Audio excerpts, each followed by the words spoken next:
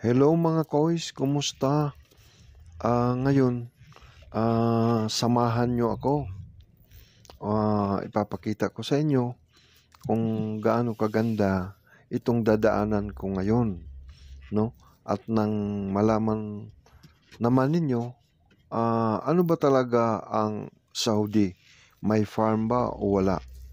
Makikita mo ngayon kung paano sila mag-alaga ng mga hayop, at saka magtanim o kaya mag-garden.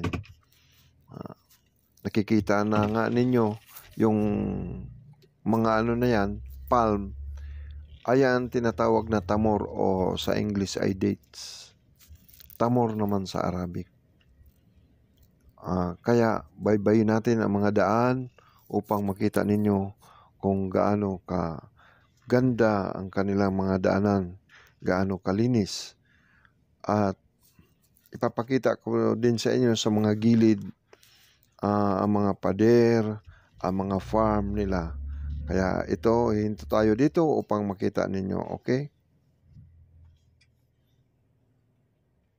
Ayan o, ginawa nilang tourist attraction yung farm nila. Yung garden lang. Lagyan nila ng mga bahay-bahay para may masilungan. Mga farm nila. Ayan, may mga pato. Grabe ang tambak ng ano sa kabila. Pero yung sa kanila ginawa nilang tourist attraction. Okay.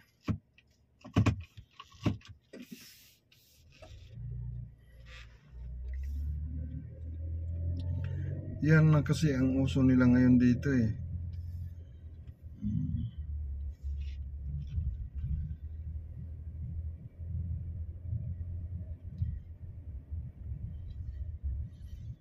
Yung mga farm nila noon ginawang tourist attraction, yung iba ginawang bahay, housing. Nakita mo dito sa gilid.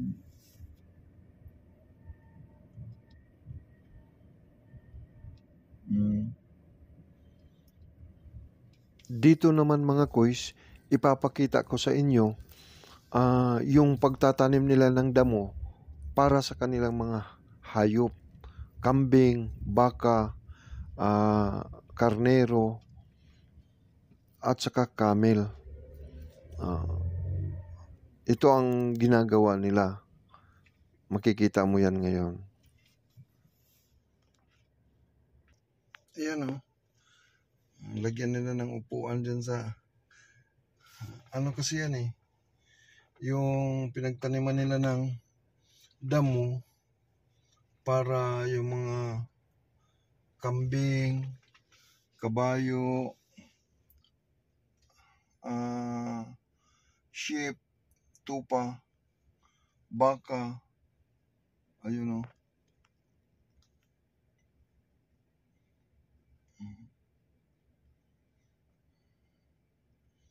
Yan yung mga ano nila.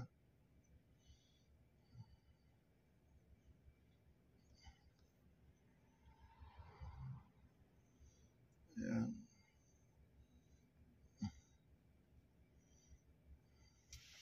Yan ang magdidilig. Yung ano na yan.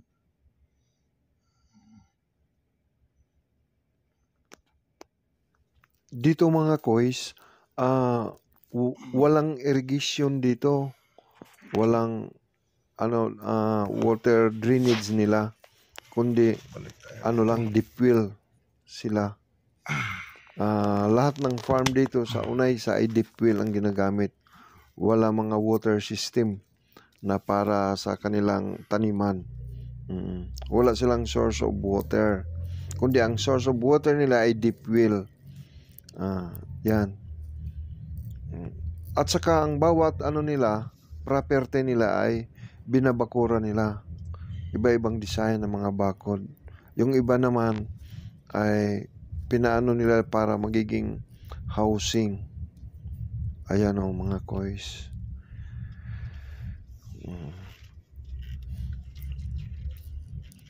mahahaba mga kuys ang mga pader nila dito. Ayan o, yung gate, ang ganda. Yung pader ng bahay nila mahahaba. Hindi mo basta-basta talaga maakyat. Hindi madaling maakyat. Kung maakyat nga, pero talagang mahihirapan ka. Ito.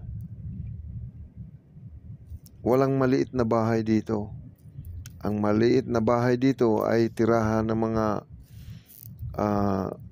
nagpapastol, nag-care ng kanilang mga pananim. Ayan. Ito yung ano nila, papunta na tayo doon sa Main Street. Kasi ito na daan ay Farm to Market Road. Ito naman yung Farm to Market Road nga, ngunit parang malaki na kasi.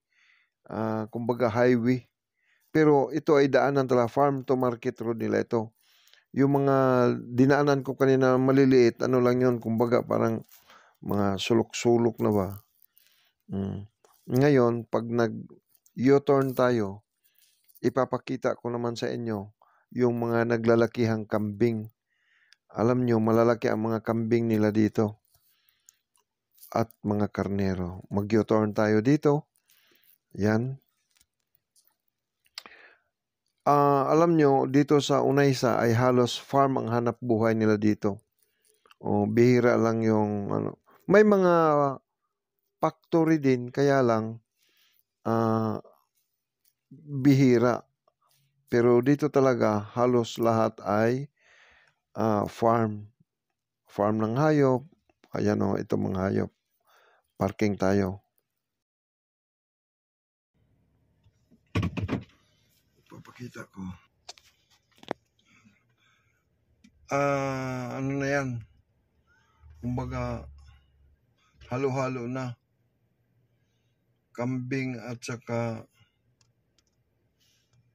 tupa. Lalaki no? Kumakain talaga sila ng kahit ano, halaman.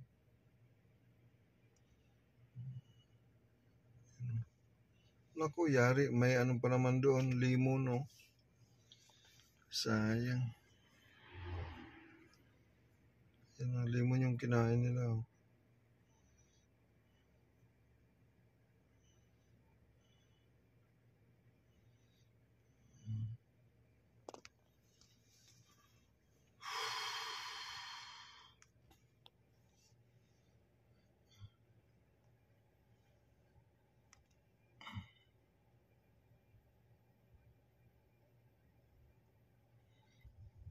Sige po. Ito naman na daan ay papunta na ito doon sa syudad, sa city ng Unaysa. Highway na yan dyan sa unahan, sa may traffic light. Tapos, dire-diretso na tayo, pasok sa syudad. Sa gilid ng mga kabahayan makikita dito, ninyo kung gaano kalinis. Dito na area ay puro ito ay probinsya na po.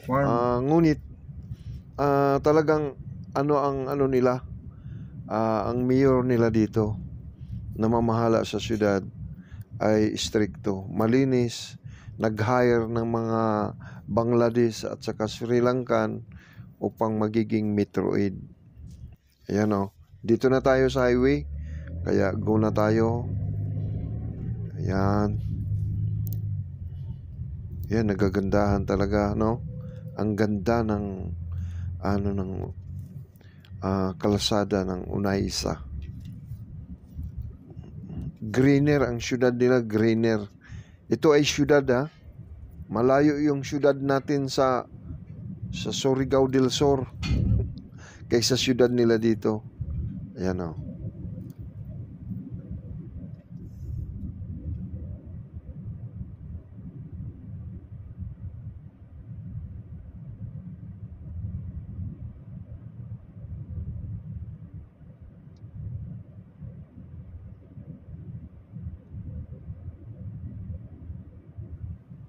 Enjoy na lang po tayo sa panonood, sa paligid, sa palibot ng ating biyahe, no?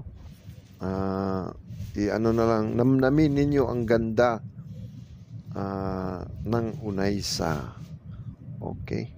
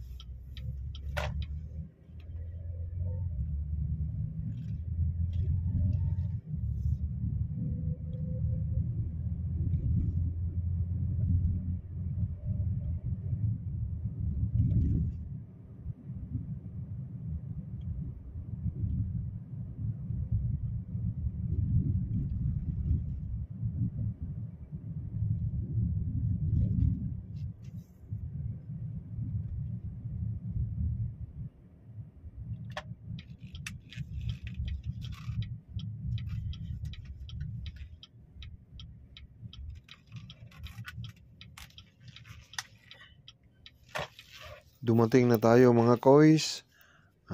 Pasok na tayo sa garahe. Hanggang dito na lang. Magandang araw sa inyong lahat.